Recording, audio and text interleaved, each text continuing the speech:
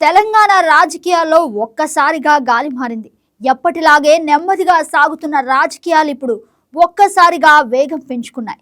కేసీఆర్ పెట్టిన అదే మూడు అక్షరాలు టీఆర్ఎస్ మళ్ళీ వినిపిస్తున్నాయి. కానీ ఈసారి ఆ పేరు వెనుక ఉన్నది కేసీఆర్ కాదు, ఆయన కూతురు కవిత. ఒక్క నిర్ణయం, ఒక్క స్టేజ్, ఒక్క ప్రకటన, అంతే తెలంగాణ రాజకీయాల్లో కొత్త కథ మొదలైంది. అసలు కవిత ఎందుకు ఈ అడుగు వేసింది? టీఆర్ఎస్ పేరునే ఎందుకు ఎంచుకుంది? ఇది నిజంగానే బీఆర్ఎస్ కు షాక్ అవుతుందా అన్నదే ఇప్పుడు పెద్ద చర్చగా మారింది.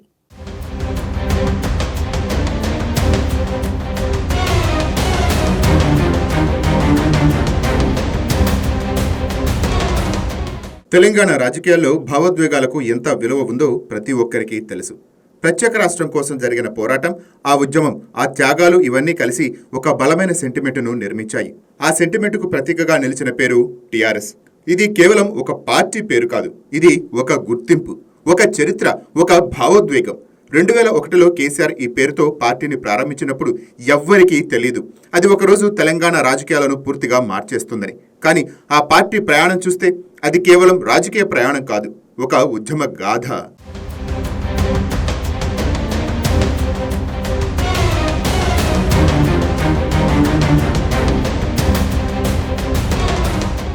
ఇరవై ఏళ్లకు పైగా ఆ పేరు ప్రజల మనసులో నిలిచిపోయింది. టీఆర్ఎస్ అంటే తెలంగాణ, తెలంగాణ అంటే టీఆర్ఎస్ అనే స్థాయికి వెళ్ళిపోయింది. కానీ కాలం మారింది, రాజకీయాలు మారాయి. జాతీయ స్థాయిలో అడుగు పెట్టాలనే ఆలోచనతో టీఆర్ఎస్ను బీఆర్ఎస్గా మార్చారు. ఆ నిర్ణయం రాజకీయంగా ఒక స్ట్రాటజీ అయినా ప్రజల్లో మాత్రం ఒక ఖాళీని సృష్టించింది. ఎందుకంటే టీఆర్ఎస్ అనే పేరుతో ఉన్న అనుబంధం ఒక్కసారిగా మారిపోలేదు.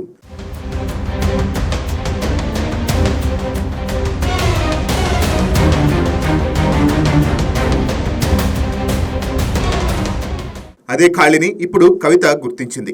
మేడ్చల్ జిల్లా మునీరాబాద్ వేదికగా తెలంగాణ రాష్ట్ర సేన పేరుతో కొత్త పార్టీని ప్రకటించింది. పేరు కొత్తగా వినిపించిన అక్షరాలు మాత్రం అదే టీఆర్ఎస్. ఇదే కథలో అసలు ట్విస్ట్.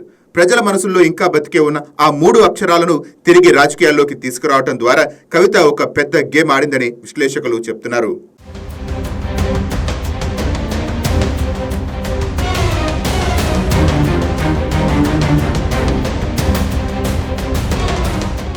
ఈ నిర్ణయం ఒక రోజులో తీసుకున్నదిగా కనిపించినా దీని వెనుక చాలా ఆలోచన ఉందని అనిపిస్తోంది.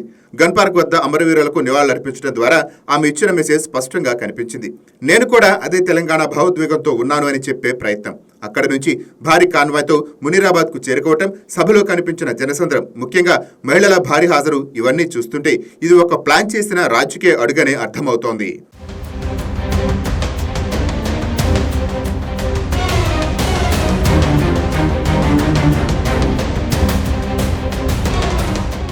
ముఖ్యంగా మహిళల స్పందన గమనించాల్సిన అంశం. కవితకు ఇప్పటికే మహిళల్లో ఒక ప్రత్యేకమైన స్థానం ఉంది. ఆ ఫాలోయింగ్ ఇప్పుడు రాజకీయంగా మారితే అదే ఒక పెద్ద బలమవుతుంది. మునీరాబాద్ సభలో కనిపించిన దృశ్యాలు చూస్తే అదే సూచన కనిపిస్తోంది. ఇప్పుడు అసలు ప్రశ్న ఏంటంటే ఇది బీఆర్ఎస్ కు ఎంత పెద్ద దెబ్బ అవుతుంది? మొదటగా సెంటిమెంట్. టీఆర్ఎస్ అనే పేరుతో ప్రజల్లో ఉన్న అనుబంధం ఇప్పటికీ బలంగా ఉంది. ఇప్పుడు అదే పేరుతో కవిత రావటం వల్ల ప్రజల్లో ఒక కన్ఫ్యూజన్తో పాటు ఒక కొత్త ఆకర్షణ కూడా ఏర్పడే అవకాశం ఉంది.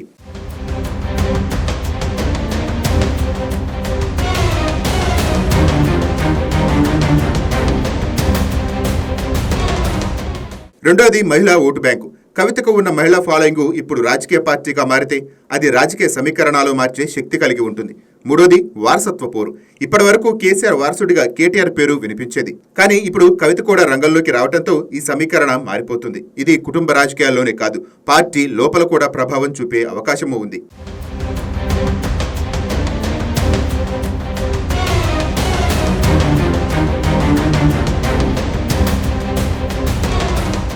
ఇంకో కోణం కూడా ఉంది. బీఆర్ఎస్లో తనకు తగ్గ ప్రాధాన్యం లేదనే భావన, కొన్ని రాజకీయ పరిణామాలు, వ్యక్తిగత ఇబ్బందులు, ఇవన్నీ కలిసి ఈ నిర్ణయానికి దారితీసిన నేపథ్యంలో కవిత నిర్ణయం బీఆర్ఎస్ కు బిగ్ షాక్ అనేస్తున్నారు పొలిటికల్ అనలిస్టులు. అంటే ఇది కేవలం భావోద్వేగంతో తీసుకున్న నిర్ణయం కాదు, ఇది ఒక లెక్క చేసిన అడుగు. ఇప్పుడు అందరి దృష్టి ఒకదానిపై ఉంది. ఈ తెలంగాణ రాష్ట్ర సేన ప్రయాణం ఎటు వెళుతుంది? ఇది నిజంగా బీఆర్ఎస్ కు సవాల్ అవుతుందా, లేక కేవలం ఒత్తిడి రాజకీయాల భాగమా అన్నది రాబోయే రోజుల్లో స్పష్టం అవుతుంది.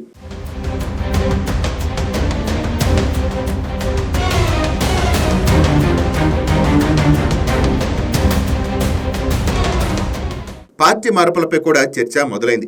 బీఆర్ఎస్ నుండి కొంతమంది నేతలు బయటకు వచ్చి కవిత వైపు వెళ్తారా అన్నది ఇప్పుడు పెద్ద ప్రశ్న. అలాగే గ్రామ స్థాయిలో, కార్యకర్తల స్థాయిలో ఎలాంటి మార్పులు వస్తాయో కూడా చూడాలి.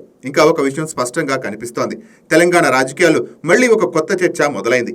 టీఆర్ఎస్ అనే పేరు మళ్లీ ప్రజల్లోకి వినిపించడం, ఆ పేరు చుట్టూ మళ్లీ భావోద్వేగాలు మేల్కొల్లడం, ఇవన్నీ చూస్తుంటే ఇది చిన్న పరిణామం కాదు.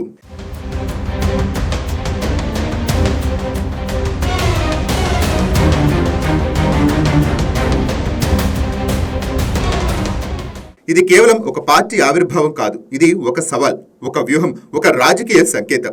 కవిత ఈ అడుగు ద్వారా తాను కూడా ఒక కీలక నాయకురాలిని అనే నిరూపించుకోవాలని చూస్తున్నారు. అదే సమయంలో బీఆర్ఎస్ కు ఒక హెచ్చరిక కూడా పంపినట్టే. మొత్తానికి తెలంగాణ రాజకీయాల్లో ఇప్పుడు కొత్త దశ మొదలైంది. కేసీఆర్ మొదలుపెట్టిన అదే టీఆర్ఎస్ ప్రయాణం ఇప్పుడు కవిత చేతుల్లో కొత్త రూపంలో కొనసాగుతోంది.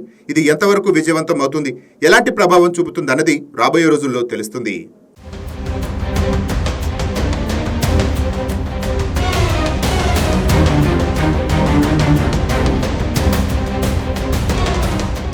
మొత్తానికి కేసీఆర్ పెట్టిన టీఆర్ఎస్ ఇప్పుడు కవిత చేతుల్లో రాష్ట్ర సేనగా మారింది.